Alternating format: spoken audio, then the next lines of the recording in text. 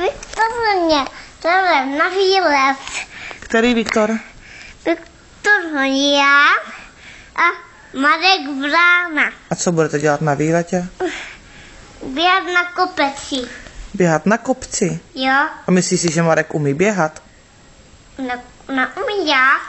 Jo, ty umíš a Marek neumí běhat? Ne. A co bude dělat Marek teda? Já udíkám a mám bát. A co tam bude dělat Marek teda s Viktorem? A řekne, stupni si.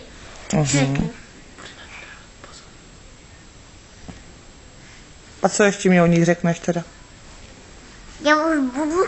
Já už budu utíkat a spadnu do vody. A tancovali hezky? A tancovali hezky. A kde? Kde tam? No kde tancovali? Kde jsi viděl tancovat?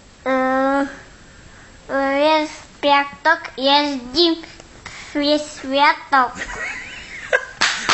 V pátek je svátok? Taneční, že? Jo.